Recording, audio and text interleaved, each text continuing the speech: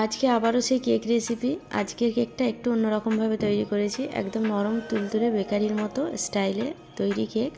আপনি যদি সঠিক পরিমাপ সহ কেক তৈরি করেন তাহলে কেক কিন্তু এতটাই সফট হবে আর খুব সুন্দর বেক হবে। দেখুন পেছনের যে কালারটা আছে কত সুন্দর এসছে।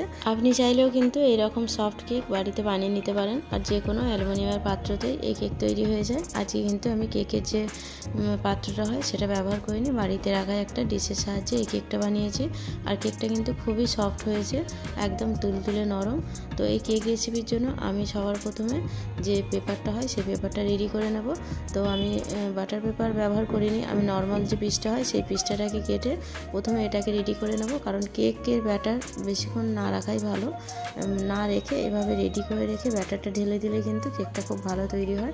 তো প্রথমে যে পাত্রটায় আমি কেকটা তৈরি করব সেই পাত্রটা খুব ভালোভাবে তেল ব্রাশ করে নেব, আর তেলটা সাইডেও খুব ভালোভাবে লাগিয়ে নেব। তেলটা সাইডে লাগিয়ে নেওয়ার পর এর যে পেপারটা আমি কেটে রেখেছি সেই পেপারটা দিয়ে সেই পেপারটাতেও তেল ব্রাশ করে নেব। তেল ব্রাশটা খুব ভালোভাবে করে নিতে হবে।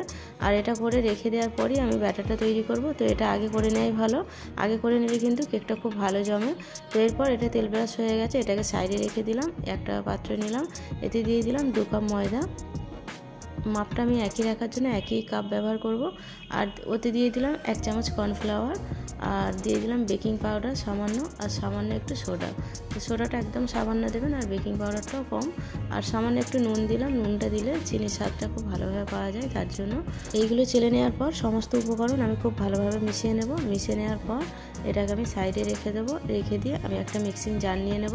তো এটা সাইডে রেখে দিলাম, রেখে দিয়ে একটা মিক্সিং জার নিলাম। এতে দিয়ে দেবো 1 কাপ চিনি। যেই কাপে আমি ময়দা নিয়েছি ওই কাপেরই 1 কাপ চিনি নিলাম। আর চিনিটাকে আমি গুঁড়িয়ে নেব। তো চিনিটা গুঁড়ানো হয়ে গেছে, দেখুন একটা পাউডার তৈরি হয়েছে। এরপর এই চিনিতে দিয়ে দেবো 2টো ডিম। 2টো ডিমকে ফাটিয়ে দিয়ে দিলাম। তো ডিমগুলো নর্মাল টেম্পারেচারে রাখা ছিল। ডিমগুলো দেওয়ার পর এতে দিয়ে দেবো সাদা তেল। তো যে কাপে ময়দা দিয়েছিলাম ওরই 1/3 কাপ দিয়ে দিলাম সাদা তেল। এরপর দিয়ে দিলাম 1 কাপ দুধ। দুধটা দেওয়ার পর দিলাম ভ্যানিলা এসেন্স 1 চামচ। এবার সমস্ত উপকরণ মিক্সিতে দিয়ে খুব ভালোভাবে মিশিয়ে নেব। তো মেশানো হয়ে গেছে, এটা সাইডে রেখে আমি ময়দাটা নিয়ে নিলাম। ময়দাতে এই মিশ্রণটা অল্প অল্প করে দেব, আর ময়দাটা খুব ভালোভাবে মিশিয়ে একটা পাতলা ব্যাটার তৈরি করে নেব। তো অল্প অল্প করে দিয়ে খুব ভালোভাবে ময়দার সঙ্গে মিশিয়ে নিতে হবে।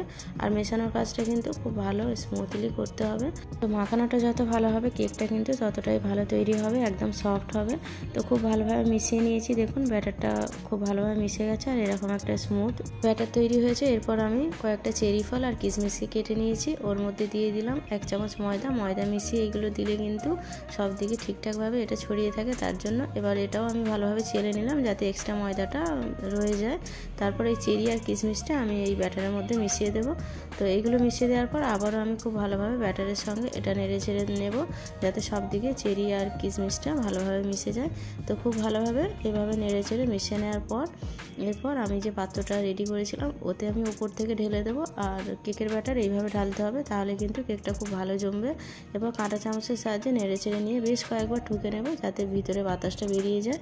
এরপর একটা কুকারে আমি নুন দিয়েছিলাম, 5 মিনিট হাই ফ্লেমে নুনটা গরম করে নিয়েছি। হাই ফ্লেমে রাখার পর আমি ব্যাটারের পাত্রটা দিয়ে এভাবে কুকারটা এঁটে দেবো, আর গ্যাসের ফ্লেমটা লো করে দেবো। লো করে দিয়ে সিটিটা আমি খুলে নিয়েছি। এরপর লো ফ্লেমে আমি 10 মিনিট রাখার পর পাত্রটা খুলে কয়েকটা কিশমিশ আর চেরি দিয়ে সাজিয়ে নিলাম। সাজিয়ে নিয়ে আমি আবারও ঢাকনাটা এঁটে দেবো। এঁটে দিয়ে গ্যাসের ফ্লেমটা লো করে দিয়ে আমি 40 মিনিট অপেক্ষা করব। 40 মিনিট পর একটা স্টিক দিয়ে চেক করে নেব যে কেকটা ভালোভাবে জমেছে কিনা। তো স্টিকের গায়ে লেগে নেই, তার মানে কেকটা খুব ভালোভাবে বেক হয়ে গেছে। এরপর এটা খুব সাবধানে তুলতে হবে, আর যেহেতু আমার পাত্রটা ছোট ছিল তার জন্য নিচে আমি আর একটা স্ট্যান্ডের উপরে একটা চিমটি দিয়েছিলাম। তো এবার কেকটা আমি সাইড থেকে ছাড়িয়ে নেব। তো হালকা একটু প্রেসার দিয়ে কেকটা ছাড়িয়ে নেওয়ার পর উপর করে দিয়ে হাতে নিয়ে নেব, নিয়ে একটা পাত্রে রাখবো। দেখুন একটু ঠোকা মারার পরই কেকটা বেরিয়ে এসছে, আর নিচেটা খুব ভালোভাবে বেক হয়েছে। এরপর এর পেছনের যে পেপারটা আছে এটা তুলে আমি ফেলে দেবো। আর উপরে যে কিশমিশ আর চেরি দিয়ে সাজিয়েছিলাম তার মধ্যে বেশ কয়েকটা কিশমিশ নরম যে তরল ব্যাটার ছিল ওর মধ্যে ঢুকে গেছে, আর কয়েকটা উপরে ছিল। তো 25 থেকে 30 মিনিট পর কিশমিশ আর চেরিটা দিলে হয়তো উপরটা ভেসে থাকতো, তখন অনেকটাই কেকটা জমে যেত। তো আমি 5 থেকে 10 মিনিটের মধ্যেই ওইগুলো সাজিয়েছিলাম, তখন ব্যাটারটা অনেকটাই কাঁচা বা পাতলা ছিল, তার জন্য ভিতরে ঢুকে গেছে। তো আপনারা কি করবেন, 20 থেকে 30 মিনিট পর উপর থেকে যে ড্রাই ফ্রুটসগুলো সাজাবেন সেইগুলো দেওয়ার চেষ্টা করবেন, কারণ 20 থেকে 30 মিনিট পর কেকটা অনেকটা জমে যায়। তো তো তখন দিলে কিন্তু ভিতরে ঢুকে যাবে না। তো এইভাবে কেক তৈরি করলে আপনার কেকও খুব সফট হবে আর খুব সুস্বাদু হবে। তো আমার কেক রেসিপিটা ধৈর্য ধরে দেখার জন্য আপনাদের সবাইকে অনেক ধন্যবাদ। আর যারা এখনও সাবস্ক্রাইব করেনি তাদের কাছে রিকোয়েস্ট রইল আমার চ্যানেলটা সাবস্ক্রাইব করার, আর যারা করেছেন তাদেরকে অসংখ্য ধন্যবাদ।